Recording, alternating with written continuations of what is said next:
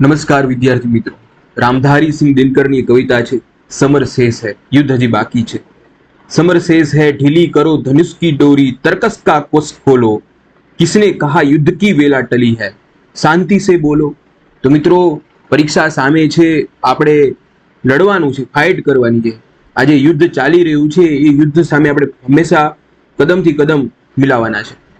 મિત્રો, આજનો આપણો જે ટોપિક છે, સાંપ્રત સમયમાં ભારત અને બાંગ્લાદેશના જે સંબંધો જે છે, ઇન્ટરનેશનલ રિલેશનશિપ છે, એની આજે આપણે ચર્ચા કરવાના છે.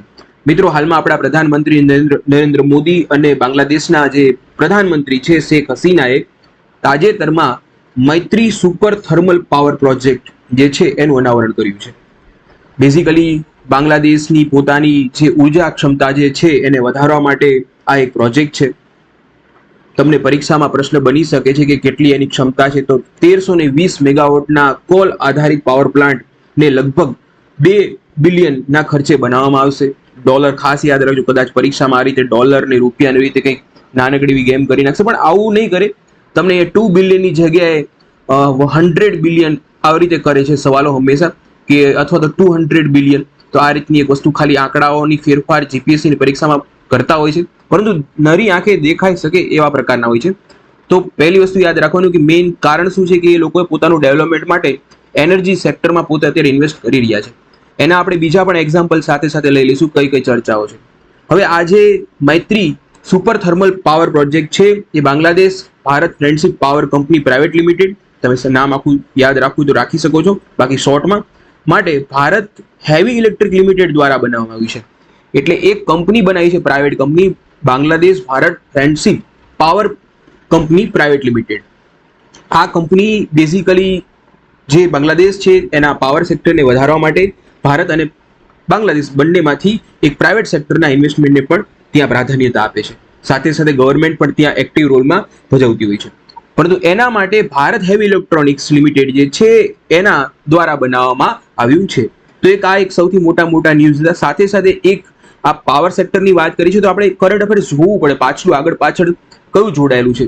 તો મિત્રો, એક જે બાંગ્લાદેશનો ન્યુક્લિયર પાવર પ્લાન્ટ છે, રૂપપુર પાવર પ્લાન્ટ.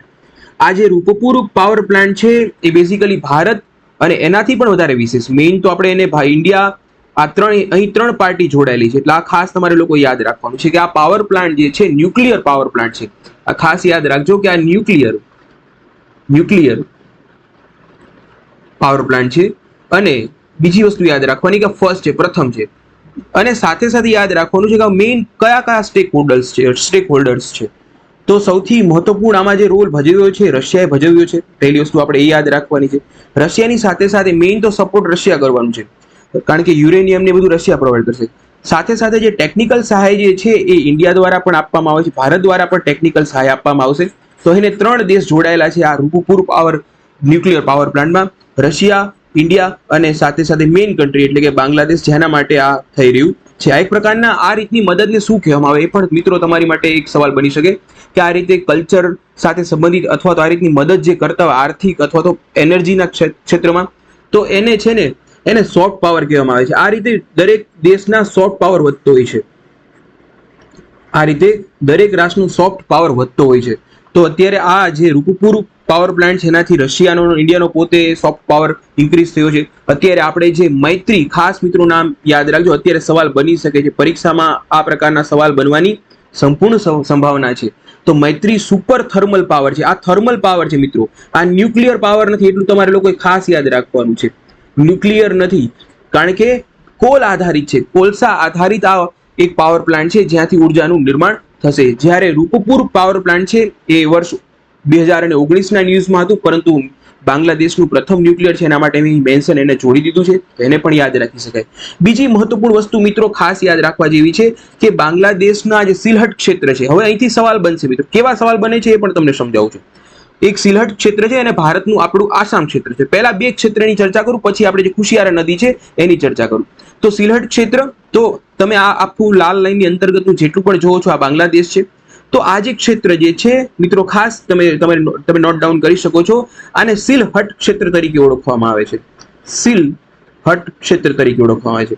આ સિલહટ ક્ષેત્રમાં અને ભારતનું જે આસામ જે છે ત્યાં નદી પસાર થાય છે. સોરી, ત્યાં એક નદી પસાર થાય છે અને નદીને કુશિયારા નદી તરીકે ઓળખવામાં આવે છે.